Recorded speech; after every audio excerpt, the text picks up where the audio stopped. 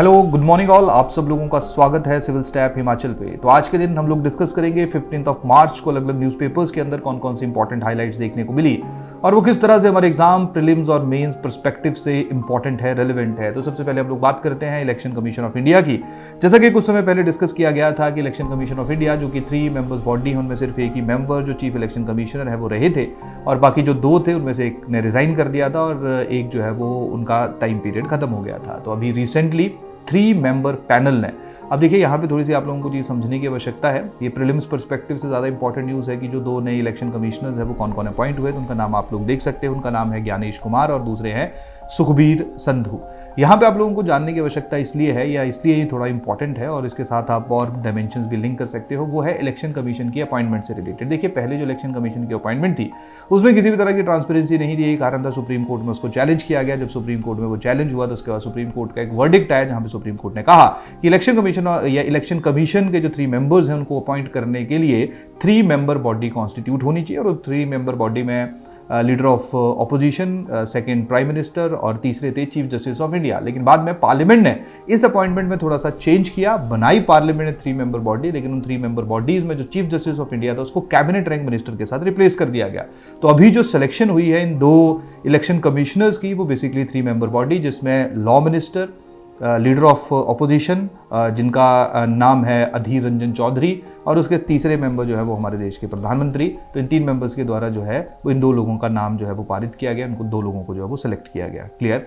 तो कहीं ना कहीं इलेक्शन कमीशन के अंदर जो ट्रांसपेरेंसी से रिलेटेड सवाल उठते थे उसके ऊपर जो है वो ये न्यूज़ इंपॉर्टेंट है। और उसके साथ साथ अगर आप थोड़ा सा डिटेल में इसको देखोगे तो जो लीडर ऑफ ऑपोजिशन है उनके द्वारा जो है वो थोड़ा सा इसके ऊपर सवाल या निशान भी उठाया गया कि 212 लोग जो है वो उनकी लिस्ट लास्ट नाइट दी गई थी और फिर कहा गया कि इन 6 में से जो है वो 2 को सिलेक्ट करिए। तो कहीं ना कहीं उन्होंने जो उस प्रोसेस को क्रिटिसाइज किया, पर कहानी क्या है क्योंकि 2 मेंबर्स जो वो गवर्नमेंट के थे तो सिलेक्शन जो है उसको कोई रोक नहीं सकता था। तो यही कारण था इन 2 लोगों की सिलेक्शन जो हमें होती हुई देखने को मिली। क्लियर?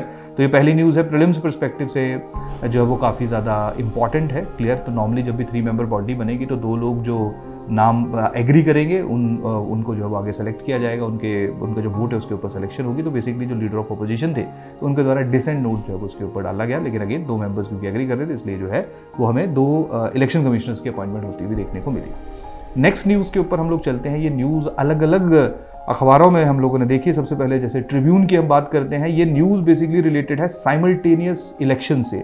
साइमल्टेनियस इलेक्शन की अगर हम बात करें, साइमल्टेनियस इलेक्शन तब ये साइमल्टेनियस इलेक्शन का मतलब है जहाँ पे लोकसभा और जितने भी विधानसभा लेजिस्लेटिव असेंबलीज उनके सबके इलेक्शन जो एक साथ ही होंगे। शुरुआती दौर में जब 1952 में सबसे पहले हमारे यहाँ पे इलेक्शन हुए थे तो वो भी साइमल्टेनियस इलेक्शन थे, लेकिन उसके बाद स्टेट्स में स्पेसिफिकली आफ्टर 1967 स्टेट्स में हम लोगों ने पॉलिटिकल अनसर्टेनिटी ज़्यादा देखी, बाद में सेंटर में पॉलिटिकल अनसर्टेनिटी देखी।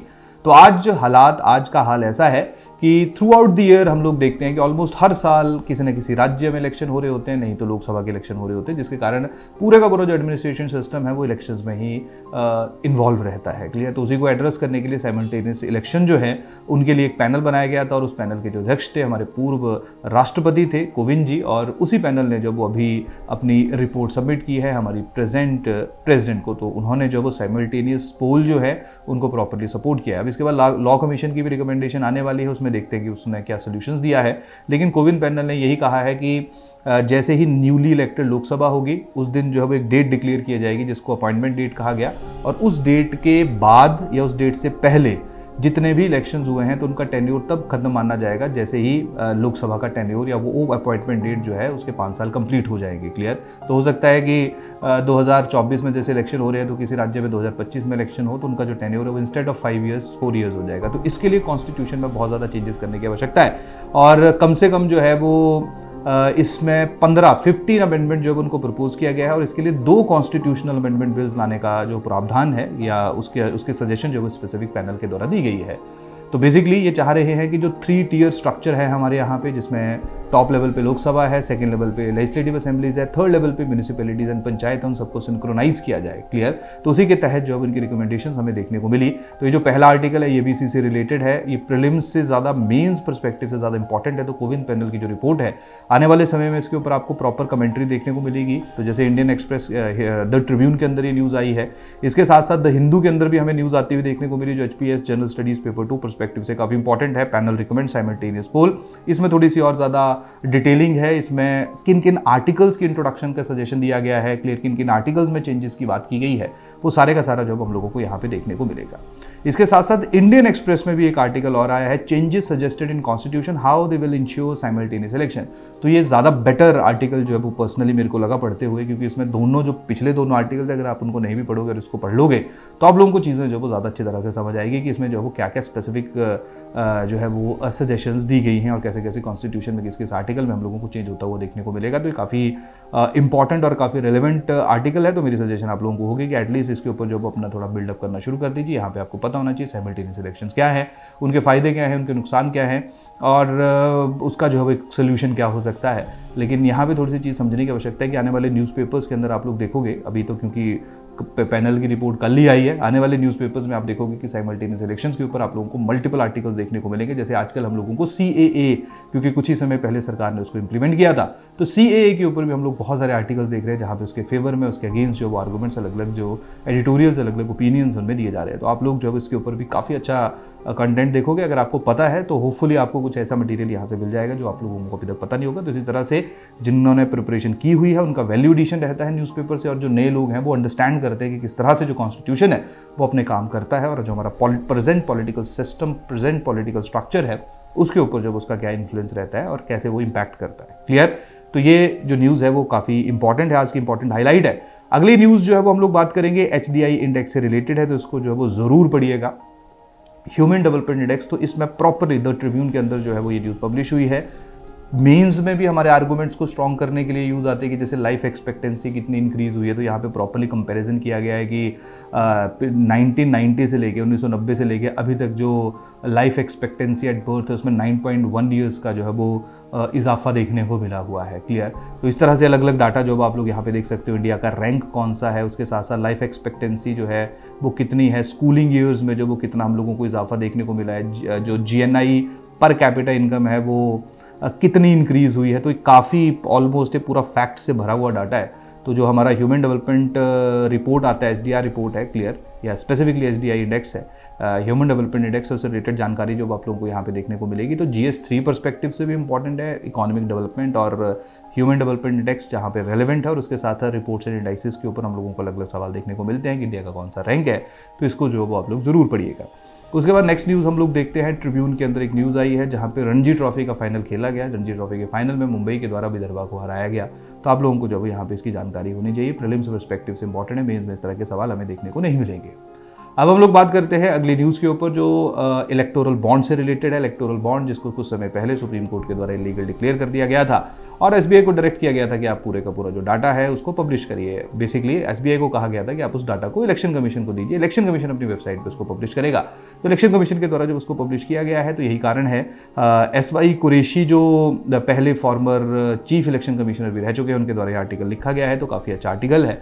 ये आर्टिकल जो है वो जहाँ पे बार बार जो है वो ये डिमांड भी उठती है कि जो इलेक्शंस हैं उनकी स्टेट फंडिंग होनी चाहिए, ताकि जो क्विड प्रो क्यो, यानी कि जहाँ पे मान लीजिए कोई प्राइवेट कंपनी जो है वो किसी पॉलिटिकल पार्टी को, या प्राइवेट कोई बिजनेसमैन है वो किसी पॉलिटिकल पार्टी को पैसा दे रहा है, तो कहीं ऐसा तो नहीं है कि उसके बदले जो उसको स्पेशल प्रेफरेंस दी जाएगी, क्योंकि वो काफ़ी जो है वो अनडेमोक्रेटिक जो हैपनिंग है वो हमें घटित होती हुई देखने को मिलेगी। क्लियर? तो ये आर्टिकल जो है वो उसको आप लोग एक बार पढ़िएगा, जहाँ पे दोनों तरह का मुद्दा जो वो टच किया गया। उसके साथ साथ इन्होंने ये भी कहा है कि जो डाटा बेसिकली रिलीज़ किया गया उसको मैप करना बहुत ज़्यादा डिफिकल्ट है, बहुत ज़्यादा मुश्किल, और SBI ने भी शायद टाइम जो है वो उसी के लिए मांगा था, लेकिन अब डाटा आ चुका है। मैपिंग करना जो है वो बहुत डिफिकल्ट है कि ये तो पता चल गया कि किस किस पॉलिटिकल पार्टी को कितना कितना % फंड है, लेकिन किससे आया है उसको मैप करने में जो वो समय लगेगा। तो काफ़ी लोग ये कह रहे हैं कि ये बात वहीं आ गई, यानी कि उससे पहले भी नहीं ट्रांसपेरेंसी थी, उसके बाद भी नहीं थी, लेकिन इन्होंने जो उसको प्रॉपर्ली डिफेंड किया हुआ कि किस तरह से एक पॉजिटिव स्टेप है। और ये जो मैपिंग है ये SBI को सुप्रीम कोर्ट के द्वारा बोला जा सकता है कि नेक्स्ट टाइम जो है वो उसको वो जल्दी ही करके देगी। क्लियर? ताकि और ज़्यादा बेटर ट्रांसपेरेंसी जो वो इंड्यूस हो। तो इलेक्शन सिस्टम के अंदर ट्रांसपेरेंसी कैसे इंड्यूस हो सकती है और कैसे एक ऑल्टरनेट मेथड के ऊपर जो है वो काफ़ी अच्छा आर्टिकल जो वो लिखा गया है, और कंपेरेटिव एनालिसिस भी है, दूसरे देशों के साथ भी इसको रिलेट किया गया है।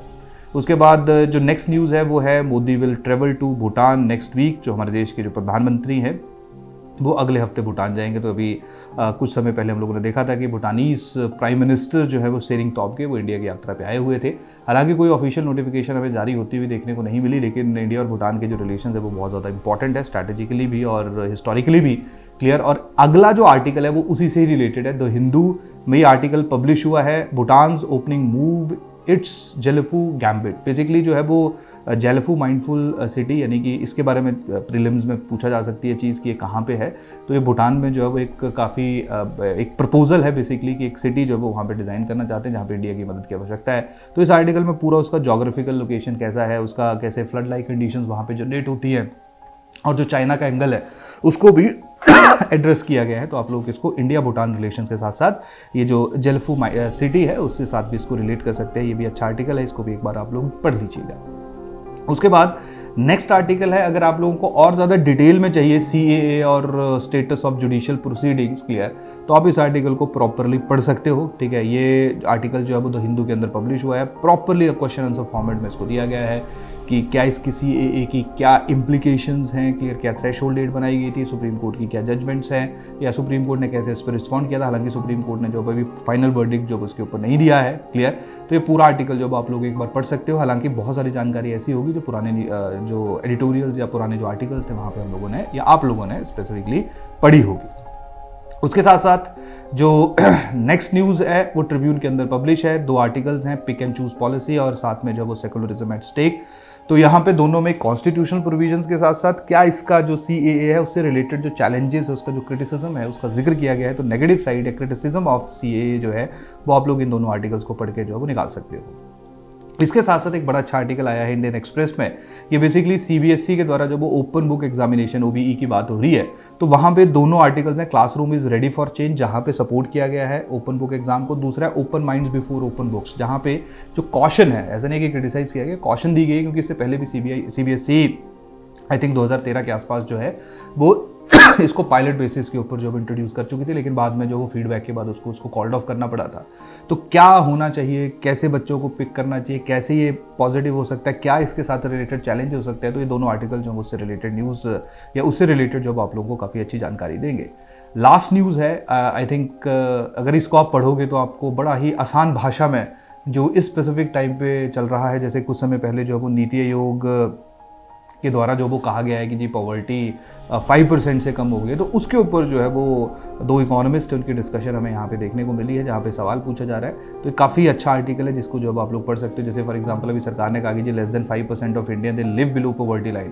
तो वहाँ पे जैसे सुरजीत भल्ला जी उसको कह रहे हैं कि अगर हम लोग तेंदुलकर कमेटी जो 2012 के डाटा को अगर हम लोग देखेंगे तो उसके अकॉर्डिंगली जो पॉवर्टी है that is below 2%। But at the same time हम लोगों को ये भी रियलिस्टिक होना है कि अभी प्रेजेंटली जो है वो जो 2012 के जो जिसके आधार के ऊपर की जी 1500 रुपया जो वो रूरल एरियाज़ के अंदर होना चाहिए और 1800 रुपया जो है वो अर्बन एरियाज़ के अंदर होना चाहिए। तो वो जो तेंदुलकर कमेटी की रिकमेंडेशंस थी उसके आधार के ऊपर जो वो प्रेजेंटली जब हम लोग देखेंगे तो कहीं ना कहीं उसके थ्रेश होल्ड को इंक्रीज़ करना चाहिए। लेकिन उसके साथ साथ जो है वो साथ में ही जो वर्ल्ड बैंक की जो परचेजिंग पावर पॉवर्टी लाइन है उसके हिसाब से भी देखा जाए तब इंडिया जो पॉवर्टी है वो 5% से कम आ रही है क्लियर। तो ये पूरा जो डिस्कशन है वो आप लोगों को देखने को मिलेगा जहाँ पे कुछ जगहों पे एग्री करेंगे दोनों जो इकोनॉमिस्ट है, कुछ जगहों के ऊपर डिफर भी करेंगे। तो प्रॉपरली बहुत अच्छा जो आर्टिकल है ये आप लोगों को हिंदू के अंदर पब्लिश होता हुआ देखने को मिला और पॉवर्टी से रिलेटेड और जो हमारा रिसेंट कंजम्पशन डाटा आया हुआ है, रिपोर्ट आई है, उससे रिलेटेड काफ़ी अच्छा आर्टिकल है। तो आप लोग जिसको पढ़िएगा। तो ये थी आज की हमारी इंपॉर्टेंट न्यूज़ और बाकी कल मिलेंगे, तब तक के लिए थैंक यू, धन्यवाद।